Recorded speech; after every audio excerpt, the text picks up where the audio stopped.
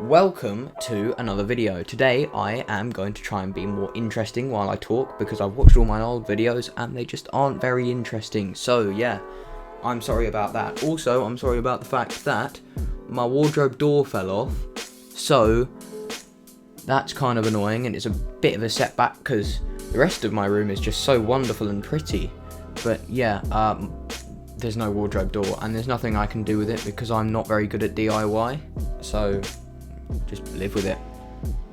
Today we are talking about the best and worst F1 drivers of 2020, and that would mean who is my worst, in my opinion, and this is not thinking about like what car they're in, so I can't just put the Williams boys up at the top and the Mercedes boys down at the bottom, because that's not how it works. I'm just doing who I think is the best. So without wasting any more time, let's get into the video. Just get into it, and straight away at number 20 we've got our boy Nicholas Latifi. There's not really much I can say. He's just not proved himself yet. He could be an amazing driver, don't get me wrong. He's better than me already, but we don't know how much better he is than me. So for that reason, I'm just putting him at number 20. I should mention though, there is absolutely no, or just a very little bit of disrespect intended for the drivers in this. I just wanted to make the video. They're all very good, because if they weren't very good, they wouldn't be in F1. So yeah, there's that. Anyway, so yeah, carry on with the video. At number 19, we have our boy, Mr. Torpedo, Daniel Kvyat.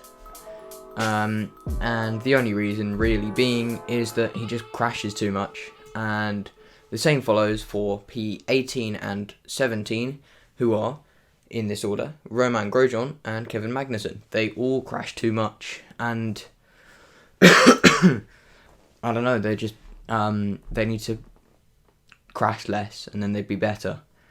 In P16, I've put Antonio Giovinazzi, and for no other reason other than he's just a bit less memorable than other drivers. Like, as I was writing down my list of everyone who is in F1, he was the one I thought of last. So yeah, I wouldn't say he's a bad driver, but I don't really remember him as much, so that's a bit unfortunate for him. In 15th place is his teammate, Kimi Räikkönen.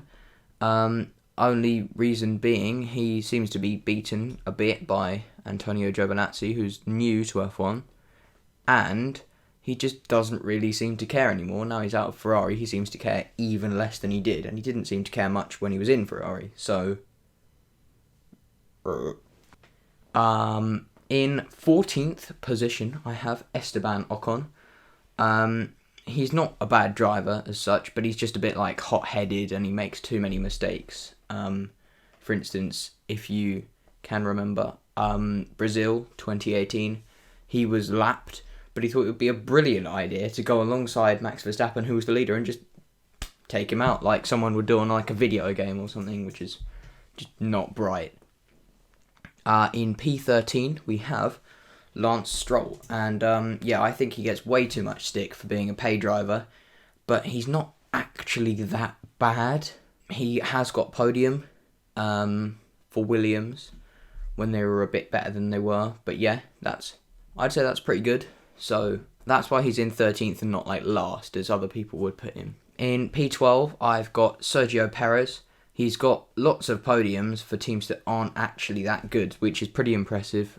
He's very experienced, like compared to the rest of the drivers on the grid, who generally now don't have much experience at all. Sometimes he's just not as fast as the people at the very top. And maybe that's just because he's got not a very good car. But yeah, there's got to be some sort of factor that means he's not the fastest. In P11, Pierre Gasly. I'd say he's a very amazing driver, but he just didn't cope as well as he should have done when he was put into Red Bull. So, I mean, that's why he's in 11th and not like up in 6th where he could be if he just didn't crash less. And I've put him like higher up because he did manage to get that podium for Toro Rosso because there was like less pressure. He's a class driver, as are everyone in F1. In P10, I have our boy Alexander Albon. He was on my dream F1 team, but yeah, he's only in P10 because he handled being in Red Bull much better than Gasly, so that's why he's a bit higher than Gasly.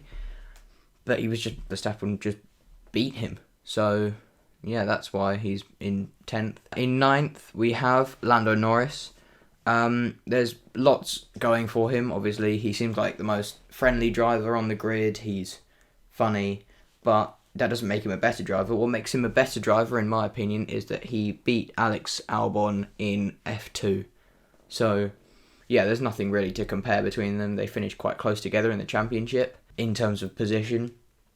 But yeah, Alex Albon got beaten by Lando Norris, so that's why he's a bit behind.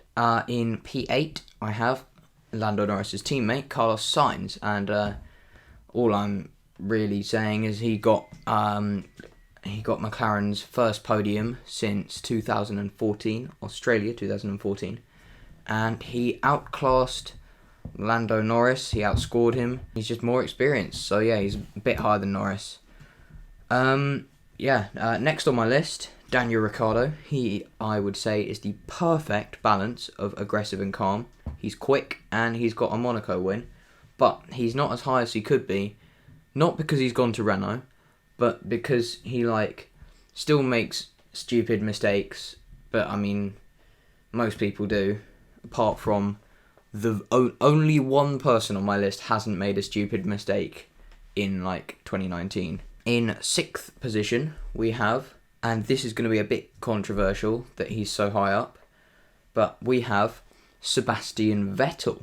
And people say he's not as good as he used to be, and I would agree, but he is still a class driver, whether or not he's in his prime, so I don't think he needs the disrespect that he got this season. In 5th position, we have George Russell, and I mean, this will probably come as a surprise to a lot of people as well.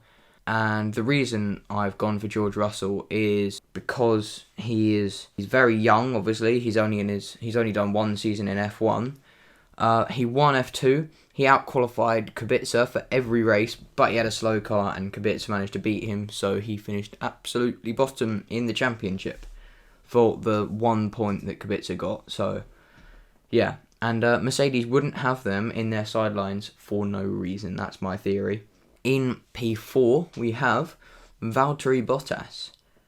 And he's driving from Mercedes for a reason. He played a part in the 9-1-2s that Mercedes got. And he also had 4 wins of his own. So you can't exactly say he's a bad driver, can you? In 3rd place, we have Charles Leclerc, who I've made a video on, link in the top corner there. I've also made a video on Norris. I'll leave them both up there. So Charles Leclerc, he's only in his 2nd season in Formula 1 as of 2019, because we haven't really had anything yet for 2020. But he's got the most poles out of anyone else. So in theory, he's got to be the quickest driver over 1 lap. But his racecraft and stuff like that isn't as good as it could be. So yeah, he just needs a little bit of work, and then he would be at the caliber of the 2 at the top, who are Max Verstappen in P2. He's young, but he's very experienced for how young he is. He won on his Red Bull debut, and he just seems perfect for the Red Bull car. There's not really anything I can say. And at the very top, of course, it's got to be Lewis Hamilton. And I'm not a fanboy, I'm not a glory hunter. I'm not really a Hamilton fan, but he is just the best driver. He just is. He's the only one in this entire group of 20 people who hasn't made really stupid mistakes in 2019. And he almost won the championship in his first ever season in Formula 1. Name another driver who got close to doing that this era. And then he went on to win the championship the next year. That was kind of lucky, but he has never had a season in Formula 1 where he hasn't won at least one race, and for me, that is impressive. So yeah, and for that reason, he's at the top.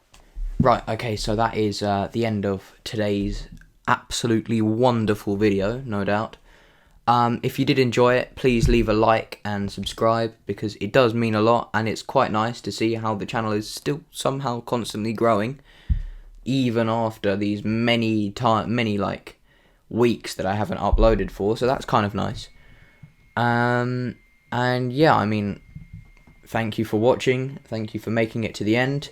If you did make it to the end, comment below your list, your best drivers. You probably don't need the explanation that I went to, but yeah, I mean, that's just, it would be interesting for me to see like who your best drivers are. But yeah, that's basically all I had to say for this video. So yeah, thank you for watching. Goodbye. Rack it up, I gotta build up the bank to make me a safe house. Shake it up, she got her hands on her knees and she bringing the cake out. Smoke it up, I got some gas, some packs, I'm up in the greenhouse. Ball it up, I'm with the gang, we taking shots off the rebound. Fucking my post, the same now, I've been humble too long, yeah. Tell them all to stay calm, yeah. Tell them